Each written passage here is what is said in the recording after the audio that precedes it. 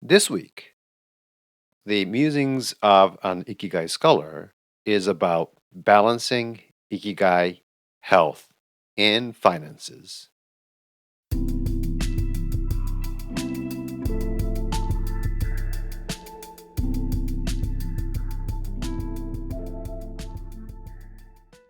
Hello, Ikigai Study Group. It's no secret that I am taking a course from a Foundation for Health and Ikigai Development. This is an organization in Japan, and I'm currently in Japan. And as I go through this textbook called Towards a New Stage in the Era of the 100-Year Life, I'm starting to find several visualizations or constructs that may be worth sharing with you all. Here's the diagram called Three Pillars in a Life Plan. I mean, that's what it says in the textbook. I'm retitling it to call it Balancing Ikigai, Health, and Finances. So in this diagram, you see Ikigai sitting at the top, and you also see health and finances forming the foundation. And you see this line basically depicting the balance or stability. Now, the top part of the Ikigai, I often talk about Ikigai as the feeling, but in this context, we will look at Ikigai as more purpose in life. And the foundational components are also considered the means of livelihood.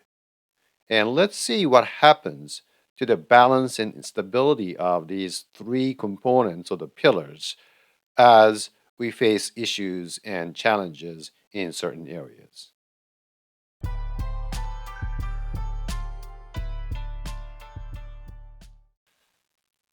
This is showing the situation when our health is reduced and how it impacts our ikigai. So, the health circle, as you can see, has been reduced to show the impact. Now, what kind of impact? Well, it could be a major illness, it could be some kind of an accident that requires major medical attention. You could be hospitalized. You could be paying, starting to pay for major longer term care.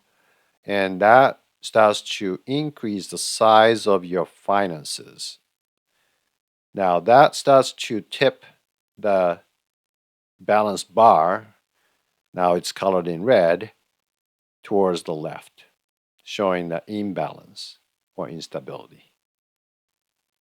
Then your ikigai starts to roll to the left. Now, what does that mean? Now, my example would be I love to go outside and do things in the outdoors, or I would like to join volunteer activities that require face to face interactions with people. But if my health is reduced and require either hospitalization or treatment at home, I will not be able to do any of that. Now, what does that mean? Does that mean my ikigai is going to go away? Not really. I can still review my situation and come up with ways to pursue this purpose of my life, but then that change needs to be made. And this diagram is quite effectively showing that situation. And if you don't make any changes, then the whole thing is going to fall off to the left. Means you may lose your ikigai altogether.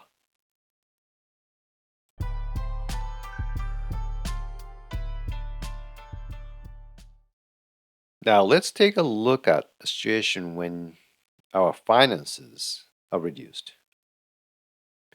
Now, what does that mean?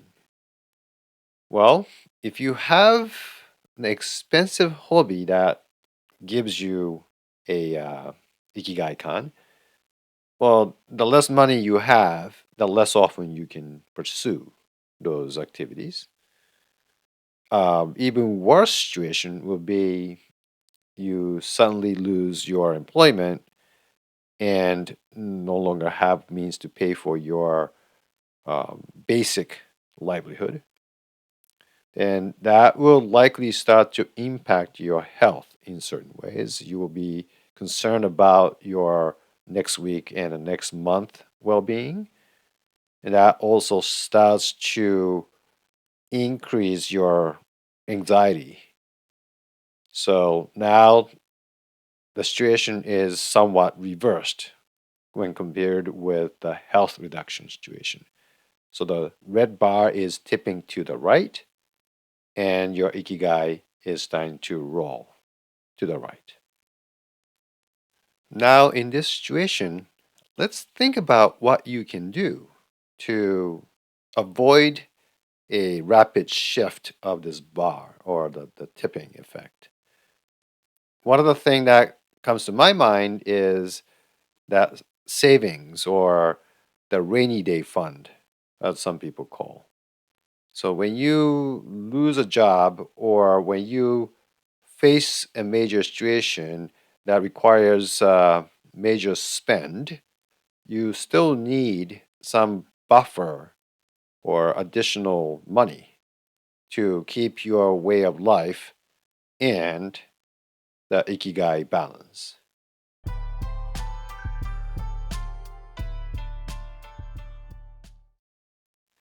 The third and final visualization is this one, when ikigai is unclear or not well defined. So in this case, I'm showing the ikigai in a non-circular way and reduced in size. And what happens is the ikigai itself starts to tip on whichever way, but it typically impacts your health first. And when the health gets impacted, the rest we've already discussed. So this is the situation where the ikigai itself can trigger the imbalance or instability. And I think a lot of young people are facing this situation. I think their health is in relatively good shape because they're young. Their finances, there are some dependencies, but let's say they can get some help from their parents or family members. So, what they're suffering the most is this lack of or unclear ikigai and starts to tip this whole thing to the left. And of course, the health situation has been already been reported as a epidemic of anxiety. Now, young people is not the only group. I think the older generation, including myself, may start to see this situation. We may still have good health. We work hard to save money for retirement, but if we are not clear about our ikigai, or if we have not had a chance to define them, this situation may happen to any of us.